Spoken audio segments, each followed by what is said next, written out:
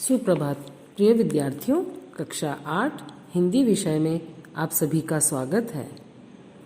बेटा, हमने अपनी व्याकरण पुस्तक कोपल से संज्ञा, समानार्थी शब्द और वर्ण विच्छेद, वर्ण विचार, शब्द विचार, संयुक्त अक्षर आदि पढ़ लिए हैं। आज हम इसी पुस्तक का पाठ 6 सर्वनाम पढ़ेंगे और समझेंगे। सर्वनाम क्या होता है बेटा? इंग्लिश में कहते हैं इन्हें प्रोनाउन।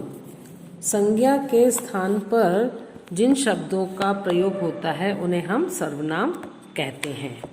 अब नीचे देखिए, एक कहानी है यहाँ पर, इसको हम ध्यान से पढ़ेंगे। नदी के किनारे जामुन का एक पेड़ था। उस पर एक बंदर रहता था। बंदर जामुन खाकर गुठलियां नदी में फेंकता था। नदी में एक मगर रहता था। वह गुठलियां खा लेता था। धीरे धीरे उनमें मित्रता हो गई। अब किस किस में? मगरमच्छ में और बंदर में। एक दिन मगर कुछ जामुन अपनी पत्नी के लिए ले गया। वह उन्हें खाकर बहुत खुश हुई। उसने मगर से कहा कि जब ये जामुन इतने मीठे हैं तो उन्हें खाने वाले बंदर का कलेजा बहुत ही मीठा होगा। मैं बंदर का कलेजा खाऊंगी। अब पत्नी की जिद थी। पत्नी की जिद के आगे मगर को झुकना पड़ा। उसने बंदर को जल में ले जाने को मना लिया। बीच रास्ते में जाकर उसने बंदर को पूरी बात बता दी। बंदर ने कहा, मित्र, मेरा कलेजा यहाँ नहीं है। हम बंदर अपना कलेजा पेड़ पर रखते हैं। उसे मैं वहीं पेड़ पर छोड़ आया। चलो अपन ले आते हैं। मगर उसे किनारे पर ले आया। बंदर पेड़ पर चढ़ गया और बोला, मूर्ख, कलेजा किसी का अलग नहीं होता।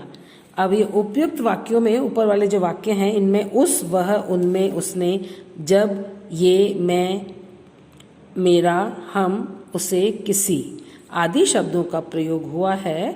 इन शब्दों का प्रयोग संज्ञा शब्दों की जगह पर हुआ है। तो अतः ये क्या है फिर? सर्वनाम। संज्ञा के स्थान पर प्रयुक्त होने वाले शब्द सर्वनाम कहलाते हैं। अब सर्वनाम के भी भेद होते हैं बेटा।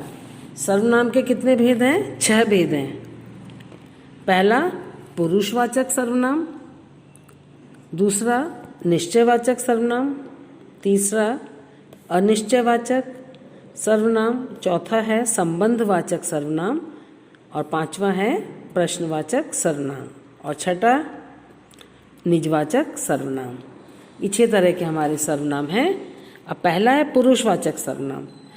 इसकी जो डेफिनेशन है वो है, वे सर्वनाम शब्द जो बोलने वाले, सुनने वाले तथा अन्य व्यक्ति के लिए प्रयुक्त होते हैं उन्हें पुरुषवाचक सर्वनाम कहते हैं। अब पुरुषवाचक सर्वनाम के बेटा 3 भेद होते हैं। आपने इंग्लिश में पढ़ा है ना, first person, second person, third person, वो चीज़ें हम यहाँ आपको बताएंगे। पुरुषवाचक सर्वनाम के 3 भेद होते हैं। पहला है उत्तम पुरुष, दूसरा है मध्यम पुरुष। उत्तम पुरुष माने फर्स्ट पर्सन और मध्यम पुरुष माने सेकंड पर्सन और अन्य पुरुष थर्ड पर्सन। ये 3 है बेटा। अब क वाला है उत्तम पुरुष।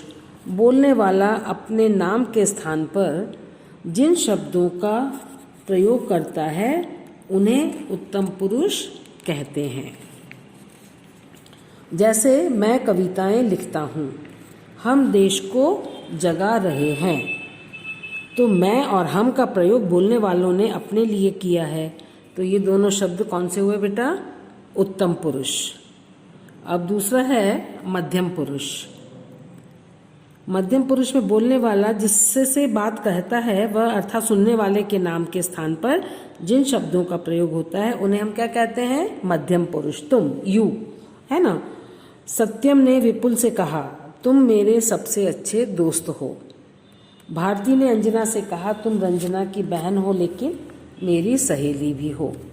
अब ये उक्त दोनों वाक्यों में विपुल और अंजना सुनने वाले हैं, उनके लिए तुम का प्रयोग हुआ है और तुम मध्यम पुरुष है, माने सेकंड पर्सन। आ गया समझ में। अब ग वाला है बेटा अन्य पुरुष। अन्य पुरुष माने जब बोलने वाला सुनने वाले के अतिरिक्त किसी अन्य व्यक्ति के लिए सर्वनाम शब्दों का प्रयोग करते हैं। जब बोलने वाला सुनने वाले के तो है नहीं, ना तो हम है ना तुम है, तीसरा व्यक्ति जिसके बारे में हम बात कर रहे हैं वो अन्य पुरुष होता है, माने थर्ड पर्सन। तो वे सर्वनाम शब्द अन्य पुरुष कहलाते हैं। जैसे वह लड़का ईमानदार है, वे मैदान में खेल रहे हैं, तो इन वाक्यों में वह और वे अन्य पुरुष हैं। अब साहब नंबर 2 पे आता है हमारा निश्चयवाचक सर्वनाम। एक हो गया हमारा पूरा, दूसरा निश्चयवाचक सर्वनाम। वे सर्वनाम शब्द जिनसे दूर अथवा पास की वस्तुओं अथवा व्यक्तियों का बोध हो उन्हें हम निश्चयवाचक सर्वनाम कहते हैं। जैसे भारत ने देव से कहा मेरा विद्यालय वह है, देव ने भारत से कहा मेरा विद्यालय यह है। तो इन वाक्यों में, दोनों वाक्यों में वह और यह निश्चयवाचक सर्वनाम है, क्योंकि वो निश्चितता बता रहे हैं उसमें। विशेष निश्चयवाचक सर्वनाम दूर अथवा पास की वस्तुओं अथवा व्यक्तियों की ओर संकेत करता है, अतः इसे संकेतवाचक सर्वनाम भी कहते हैं। ये हमारा निश्चयवाचक सर्वनाम समझ में आ गया बेटा। अब तीसरा है अनिश्चयवाचक सर्वनाम। अनिश्चय जिनकी निश्चितता नहीं होती वे अनिश्चयवाचक में आते हैं। वे सर्वनाम शब्द जो किसी निश्चित वस्तु का बोध न कराकर अनिश्चित वस्तु अथवा व्यक्ति का बोध कराते हैं उन्हें हम अनिश्चयवाचक सर्वनाम कहते हैं। जैसे माँ दरवाजे पर कोई है, दूध में कुछ है, और कोई और कुछ जो ये दोनों शब्द है ना बेटा, इनमें निश्चितता नहीं है, अनिश्चितता है, तो ये हमारे अनिश्चयवाचक सर्वनाम में आएंगे। तो हमने यहाँ तक इसका भाग 1 पढ़ लिया है बेटा, और इसमें हमने आज क्या समझा। आज की कक्षा में सर्वनाम किसे कहते हैं, संज्ञा के स्थान पर प्रयुक्त होने वाले शब्दों को हम सर्वनाम कहते हैं। सर्वनाम के कितने भेद हैं? सर्वनाम के 6 भेद हैं। पुरुषवाचक सर्वनाम, निश्चयवाचक सर्वनाम, अनिश्चयवाचक सर्वनाम, संबंधवाचक सर्वनाम, प्रश्नवाचक सर्वनाम और निजवाचक सर्वनाम। और पुरुषवाचक सर्वनाम के कितने भेद हैं? 3, उत्तम पुरुष, मध्यम पुरुष और अन्य पुरुष, फर्स्ट पर्सन, सेकंड पर्सन और थर्ड पर्सन, है ना। तो और उसके बाद हमने निश्चयवाचक सर्वनाम और अनिश्चयवाचक सर्वनाम भी समझ लिया है। तो निश्चयवाचक में